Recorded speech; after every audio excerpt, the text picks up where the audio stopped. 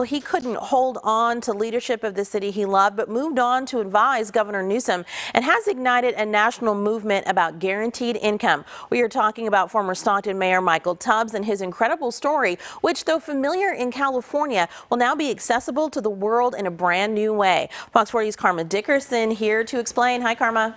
Hi, yes, the story you say we're familiar with here locally. It's from Stockton to Stanford, a city council seat at 22, and Michael Tubbs becoming the youngest mayor of any major city in America, and that's at age 26. And now he's put that journey to paper in his memoir entitled The Deeper the Roots, a memoir of home and hope. And he joins us this morning to talk about this book and what's next. So many people excited to hear what is next for you. So first, I've got to congratulate you on this. You're coming to us from New York. You've got a big book tour lined up. Give us an idea of what's in store for you this week. This week, starting tonight, a conversation with Oprah Winfrey about the book, as she's one of the publishers of the book. And then conversations with friends like Daveed Diggs, Nina Harris, Jacqueline Woodson, Roxane Gay, Brittany Packnett. I'm working on hopefully doing a couple in-person things in Northern California and Stockton, Sacramento, and eventually sleep at some point.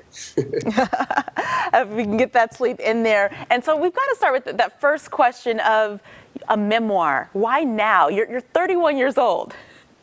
Yeah, I think growing up, there were so many memoirs that really helped me that were particularly about kind of the transition from adolescence to adulthood. Books like Makes Me Want to Holler by Nathan McCall, books like Black Boy by Richard Wright, etc. And I feel that sort of just the unique experiences I've had, being the only person of my age to ever be mayor of a city as large, to be the first Black mayor of a city like Stockton, and to grow up in poverty and to grow up in sort of a lot of schools and a lot of neighborhoods that most people wouldn't want to send their kids to, I think gave a particular perspective that felt very important to share in this moment where we're trying to figure out how do you make America work for everyone. And to be fair, you have lived a lot of life in your 31 years. You lay out that trajectory, that extraordinary trajectory from a low-income single-parent household to an elite university graduating with honors. And one of the things that you said about that trajectory that kind of stuck out to me is that you said as you were on a youth advisory council, you met politicians and you realized that there was nothing special about them. How did that form your view and send you into politics? Well, I think particularly when you're used to being in positions where there's other people making decisions on your behalf or no one who looks like you who occupies leadership, you think there must be something inherently better or smarter. And I realized in high school that's not the case, that people are people, and there's smart people in government and there's not so smart people in government. But I also realized that none of them were better than me or my family or my neighborhood or my community, and that so much was lost when folks like us weren't at the table. So that was my first inkling that being a policymaker, being involved in political discussions was something I'd be very interested in.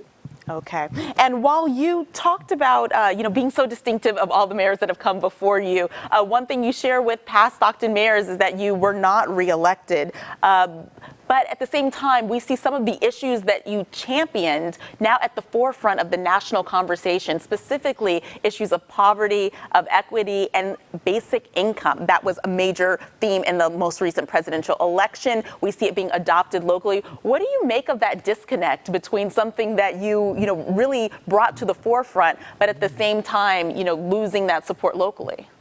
Yeah, I think sort of, and I talk about in the book, we could spend time talking about disinformation and racism and how those things intersect and create perceptions that aren't true and can lead to bad electoral outcomes. But to your point, I'm so proud the fact that the work has expanded beyond Stockton. We now have 60 mayors who are part of a group that started called Mayors for Guaranteed Income. We have folks from the president on down talking about a childhood tax credit, a basic income for families with children. You have $5 billion in the federal budget for programs like Advanced Peace, a program that I also brought to Stockton when I was mayor. So it's been incredibly gratifying to see that the work continues and that sort of people throughout the nation don't look to sort of electoral results to anoint leadership, but look to actual results and record.